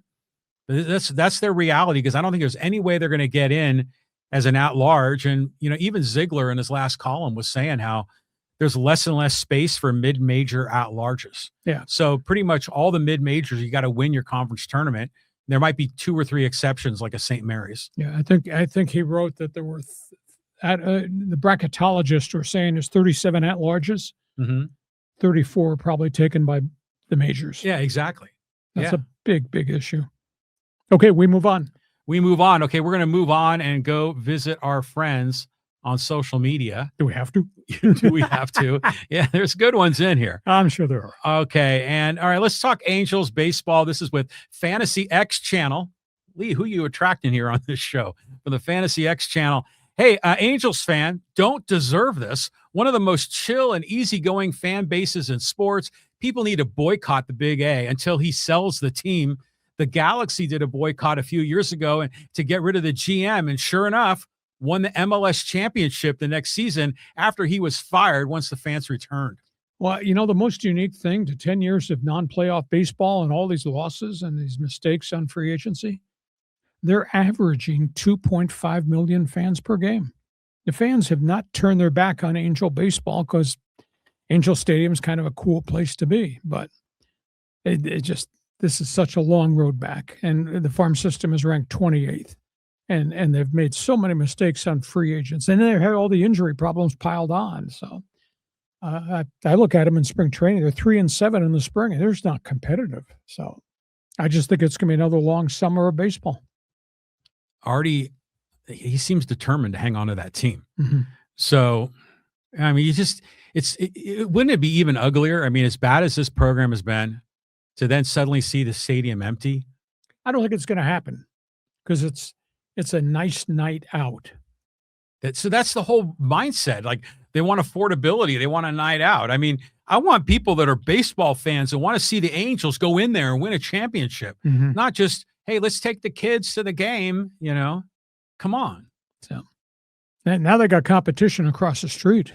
Anaheim Ducks are red hot. Anaheim Ducks have sold out 12 games in a row and have won 8 in a row. Good for them. Yeah, it's taken them a long time to get out of the abyss, and they're doing it with all their young kids. And for the first time, they got depth, and they got veteran depth, and all the young kids, and they got a really good goaltender. The draft that was Leo Carlson, that was right? a couple years ago. Yeah, he's done well. Yeah, and then Beckett Seneke came out of the Ontario League at age 19. He's got 17 or 18 goals. And then you got McTavish, the big center iceman, who was force-fed. He's playing pretty well. And the one they traded for from Philadelphia, Cutter Gauthier, is a star. He might have 20 goals now. That's all their firepower up front. And now they've complemented it by getting veterans. Like Chris Keidler scored the game-winning goal last night. I think he's got 10 or 12 goals, he came from the Rangers. So they've got a real good mix. You're like the George Michael sports machine. I know what I know. You just ask him a question about anything, and man, you're firing, man. I'm sorry. I'm not going to apologize for being bleeping brilliant on my own podcast. Yeah, okay. All right, let's go here talking Dodger baseball. This is with, who is that? The Rondanes? It says, hey, the Dodgers still have the most pitching prospects, and they know how to do things right. Well, they do. I think it's a really great organization. You know, these people that are barking at me, you guys hate the Dodgers. I don't hate the Dodgers. We talked extensively about the Dodgers. You know, are they the evil empire? Well, that's what people view them as because of their ability to spend. But it's still a great organization with great history. And look at what they've accomplished for decades upon decades. Yeah. Oh, I hate the Dodgers. Well, you're a freaking Giant fan. I understand that. I mean, no, seriously. I mean, it's a classic rivalry, Giants, Dodgers. And then even after I moved to San Diego, it's a great rivalry too, but just with a different flavor, you know? So to me, again, as a baseball fan, I mean, you got to respect the team and they do all the things right. That's what they're like, the Marsha Brady of Major League Baseball. But I love to see the Dodgers lose. I do. I mean, I want to see the Giants and the Padres, and I want to see some new blood. But the Dodgers are going to win it all. I mean, if they don't three-peat. Unless something catastrophic happens in terms of injuries. Yeah. And if you lost Freddie Freeman and Mookie Betts. But then they're just going to pull in some other guys. Yeah. You know how they are. And if not, they'll just trade for some other guys. I mean, so the Dodgers have this huge advantage, and they've got smart people running the organization. I mean, they could probably even lose Shohei Ohtani, and they could still win the whole thing again. No. Quit wishing and hoping. They are a great organization, and everybody's chasing them now. Okay. Thank you. Next one. Okay, let's talk Lakers. Here's a little bit of LeBron.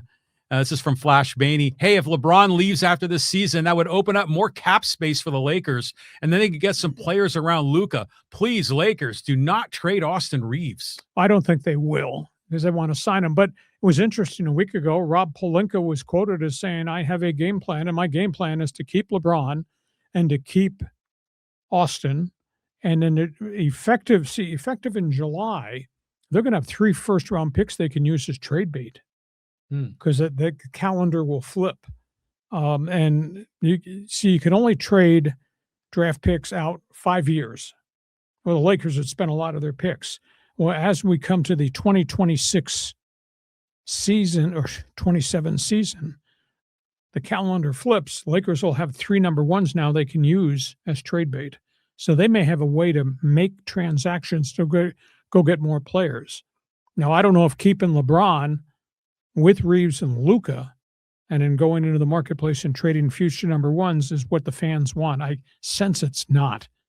I sense that the fans want to say goodbye, LeBron. Take Bronny with you. Yeah, the whole thing is crazy. So check this out. I was flipping through videos on X, and I saw this video, and I couldn't believe it at first. And now thinking it through, I think it might have been an AI video. But get this: the idea is that Kareem Abdul-Jabbar was being interviewed, and he was saying how the Lakers have lost their greatness, their prestige, and we had it in the Showtime era with Magic Johnson. And then, he even said, I was, I brought greatness to the team, but this LeBron is not bringing greatness. And in the video, it was Kareem like talking smack about LeBron, saying how he was whining, he was crying and kneeling on the parquet at Boston Garden. Did you see that video? No. I after I watched it, I was like, this can't be real. I mean, Kareem is like he's a very respectful guy. So it was just struck me as odd. But I think it just fuels the whole sentiment that Laker fans just want to turn the page on LeBron. So I don't know why they're sticking with him. It's going to be a very, very interesting offseason to see which direction this thing goes. Okay, let's do one more here. One more. How about some hockey? You love talking hockey with Hacksaw. Hey, this is from PQ 190. Former NHLer Chris Versteeg joined J.D. Bunkus to discuss public enemy number 1, Radko Gudas, and how he goes into stuff so recklessly with malice intent, but then tries to make it look like it's accidental contact. And Versteeg knows this firsthand. NHL players who injure other NHL players in the Olympics need to be banned from the NHL and the Olympics. Well, the only thing is that the Ducks defenseman did not get a penalty. Is he physical? Is he a wide body? Is he there for a purpose? Yes. Sidney Crosby took 3 hits on one shift, and the third one was his leg got bent at a bad angle, and that's why he suffered the sprained knee ligament. But, if there was a 5-minute major or an intent to injure, that would have changed everything. But there was not called, and they had the chance to use replay to look at it. It was just a heavy, heavy hit. But everybody wants, you need to have guys who will play in front of their own net and play physical, and that's one of the guys. I mean, he's kind of an anchor to their defense. He doesn't win you a lot of games, but he protects your goalie and he keeps traffic from in front of your own net. So tough play. Crosby didn't whine and cry that it was a cheap shot, but it was a heavy hit. But he took 3 heavy hits on the same shift. I said, wow. So these guys, like, Versteeg, these guys are the thugs, right? That are always causing the trouble? Well, not thugs. I mean, they're physical players. But now I just want to compare it. Like physical play in the NHL, how do you compare that to physical play in past decades? Because I just remember Marty McSorley was like the tough guy that would protect, Gretzky. Well, he'd go looking for fights. Right. The old Boston Bruins, the Broad Street Bully Flyers would go looking for fights. That doesn't happen in the NHL now. If there are incidents, there will be an odd fight, and it's usually the heavyweights that fight each other. Listen, we thank you for being with us. This podcast brought to you by DIXIELINE Lumber and Home Centers. Go to DIXIELINE.com, see all the things they have to offer. And just a reminder, we'll be back here on Thursday, and John's going to get his homework assignment and put it right here on the table for us. We're going to talk about Blake Snell. We thank you for being part of our podcast. Please check my website, leehacksawhamilton.com. Read my One Man's Opinion column. Make sure you tell everybody. Give us a thumbs up. Give us a 5-star rating. It helps us a great deal. Have yourself a great day. We'll see you come Thursday on Hacksaw's Headlines. Join us again for Hacksaw's Headlines on YouTube, Facebook, and Twitter. And find the audio version on your favorite podcast app. For more content, go to leehacksawhamilton.com.